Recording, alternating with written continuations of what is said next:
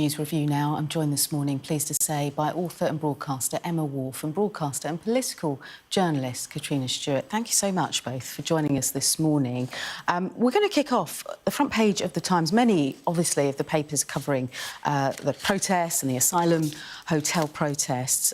We'll kick off with this front page story here. 13 councils seeking to shut down hotels down, and this is after that Home Office victory. It's a continued headache for the government, and local people, Emma, continue to feel distraught, angry and not listened to, essentially, some of the voices coming out of Epping in particular. Absolutely. They feel that the asylum seekers' claims or their rights have been put ahead of British people's rights. So yesterday the Court of Appeal overturned that temporary injunction which would have stopped the 138 asylum seekers at the Bell in Epping being housed there. The temporary injunction had been granted a few weeks ago in mid-August. Epping Council had claimed that the owners of the Bell, Somani Hotels, had breached the planning rules. Local residents then were protesting. We've had a wave, really, over the summer. We've had a wave of these asylum hotel protests. It's very much become a focus.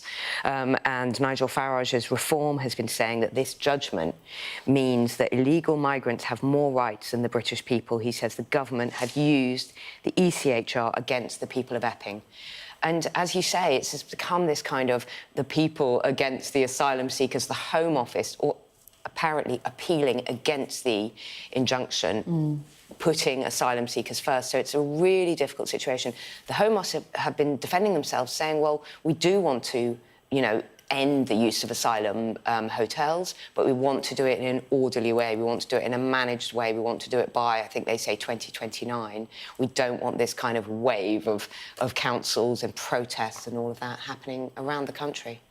Katrina, that's one of the arguments, isn't it, from the government, that they do want it to be orderly.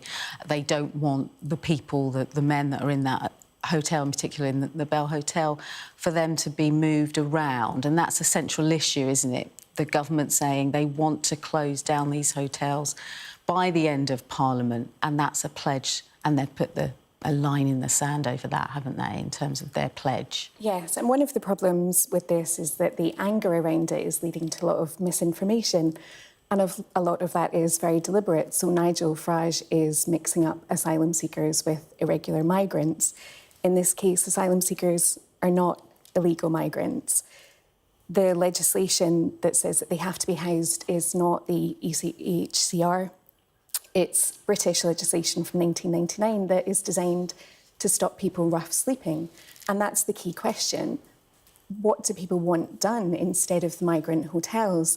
One of the narratives missing from the discussion is what will happen to them. If you have 138 people, there just isn't space to put them anywhere else. So the pressure from these other 13 councils who are pushing ahead, they are still not saying what they would do as an alternative to this. But it is a huge headache for the government. And also some of the councils that are saying that they're going to push ahead with legal action are Labour councils as well. So they're deviating from the government position. And it's an enormous headache for Keir Starmer, and he needs to show really clear political leadership on this, not only offering solutions to all of these issues, but also trying to take the heat out of some of the narrative and show leadership that is going to diffuse the protests that are happening. Yeah, and that leads us to the front page of the Daily Express, Emma.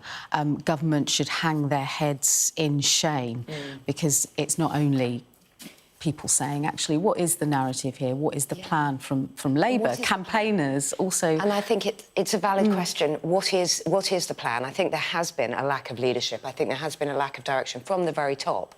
I mean, I heard sort of last week, Yvette Cooper's Euro-railing around Europe with... I mean, everybody's entitled to a summer holiday. But in terms of the Home Secretary, in terms of the Prime Minister, what is the plan on this? Keir Starmer is very prominent on the world stage, but we don't necessarily see him coming out and talking about this issue. And, you raise really interesting points, Katrina, but there are also, and I've been at some of the protests, there's one near me in the Thistle Hotel in Clerkenwell, which is sort of one of the places it all began. When you talk to local people, there are valid concerns, or there are voices to be heard about the way they feel their communities have changed. And, planning rules are planning rules. And the Bell had 1% occupancy as a hotel to then permanently house 138, 140 mostly young men there is a change of use. That was the reason that the injunction was granted. So there are all these other valid concerns as well. And of course, you know, Nigel Farage will come out and make inflammatory comments and maybe misleading comments. But there are also valid concerns about people talking about how their areas have changed and how they don't feel safe. A lot of women, ladies in pink, you know, these protests that we've seen, they're not making it up. And that's why we need really clear political leadership on the issue, because there is a conversation to be had, but that has to be done with compassion. It has to be done with nuance. We had Nigel Farage in Scotland this week, and he couldn't answer any questions around Scottish policy, but specifically on this issue, he's using phrases like internment camps. He would open internment camps. He would rip up the Good Friday Agreement.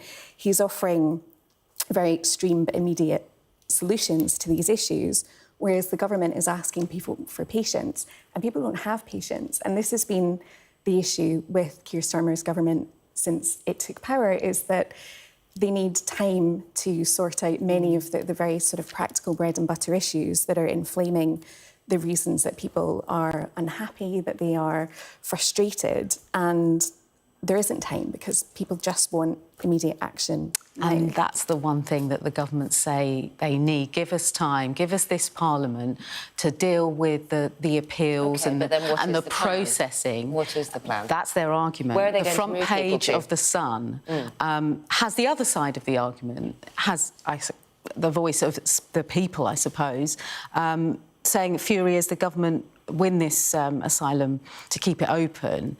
There's a woman on the front there saying, well, the headline is injustice, because there are sections of the community, Emma, that are outraged that this continues to happen and time isn't something the government have. It's a visible problem, isn't it? People see people in their community that they don't know at this hotel. Katrina's really makes a very valid point about misinformation around that. Meanwhile, people feel not listened to. And if you look at the front page of The Sun, which we don't have at the moment, it strikes at the heart of that voice, essentially. Of course there's going to be misinformation when we get into the knotty weeds of Nigel Farage would tear up the Good Friday Agreement. That's not what he said. He said he would leave the ECHR. He's entitled to come out with policy. He's entitled to come out with policy, and at least he's having policies, whereas the government, what is their plan? We don't feel there is a plan. I think, yeah, the Sun headline about injustice and showing those flags. If you look around your local areas, certainly in my areas in London, more and more flags are going up. People are saying, we want Britain to be Britain again. We want to be able to put our flags up. We don't want the Union Jack and the St George's Cross to be removed, to be taken down when we put it up in our areas. And that is their way of talking about the fact that local voices matter. Well, you want England to be England again. From a Scottish perspective, we have a different approach from our government. The SNP government is very welcoming towards asylum seekers because in Scotland we desperately need immigration. We have falling birth rates, we have huge skills shortages, we have a university sector that is entirely propped up by overseas students, and that is really struggling. The university sector in Scotland is in financial dire straits because it is losing overseas students, in part to visa changes, in part to they just don't want to come here anymore because of this very harsh rhetoric about immigrants. And Scotland, I mean, I'm very careful about Scottish exceptionalism because if we think that we're better than the English, then we're not reflecting on our issues. But there is a very big divergence between the narrative in England and the narrative in Scotland. And I think John Swinney, the First Minister, is really the only person who is showing nuanced and compassionate leadership on this issue. And I think Keir Starmer and Nigel Farage could look to him. OK. We're going to move on to the Daily Telegraph now. And this is all about Angela Rayner and tax. Emma, take us away.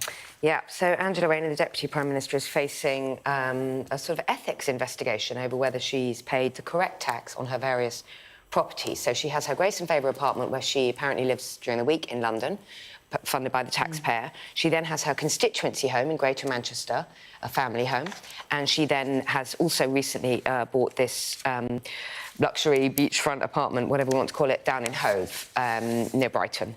And there's a question over whether she has paid the correct stamp duty on that property, on the Hove property, whether by designating it as her primary residence, which she appears to have done to the taxman, she underpaid by about £40,000. So she has paid £30,000, I understand, in stamp duty, but should have paid £70,000 if it was a second home under rules that she and Rachel Reeves brought in. Did she or did she not remove her name from her property deeds on her constituency home, her family home in Greater Manchester? Whether she declared her new property in Hove as her first home or her second home.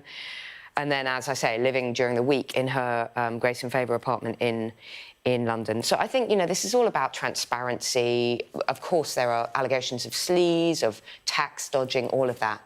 What is clear is this is not a good look at all for someone who is not only the Deputy Prime Minister, but also the Housing and Communities Minister. Apparently, Downing Street says Keir Starmer has absolute faith in her. That's the line from Downing Street. Political clarity is really something that the public want constantly.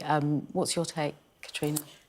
What's interesting about all the stories about Angela Rayner and her three pads Rayner, she was being called, are that they all are at pains to clarify that she hasn't actually done anything wrong. Yeah. But it is the confusion around whether her family home is still her family home, whether that has been put into her husband's name.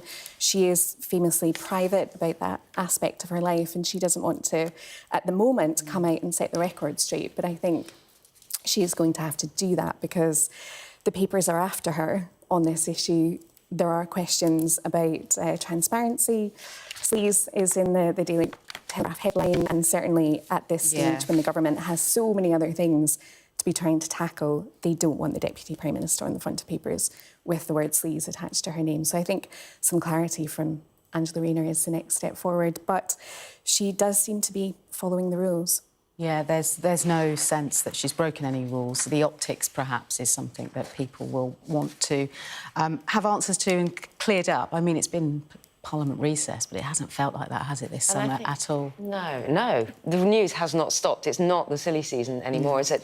I think that at a time when a lot of people are struggling to pay the bills on their only home, their first home, their last home, you know. OK, we'll leave it there. Emma, Katrina, thanks for your company. We'll see you next hour. Thank you for watching at home. We're going to head for a short break. Join us after the break for your top stories.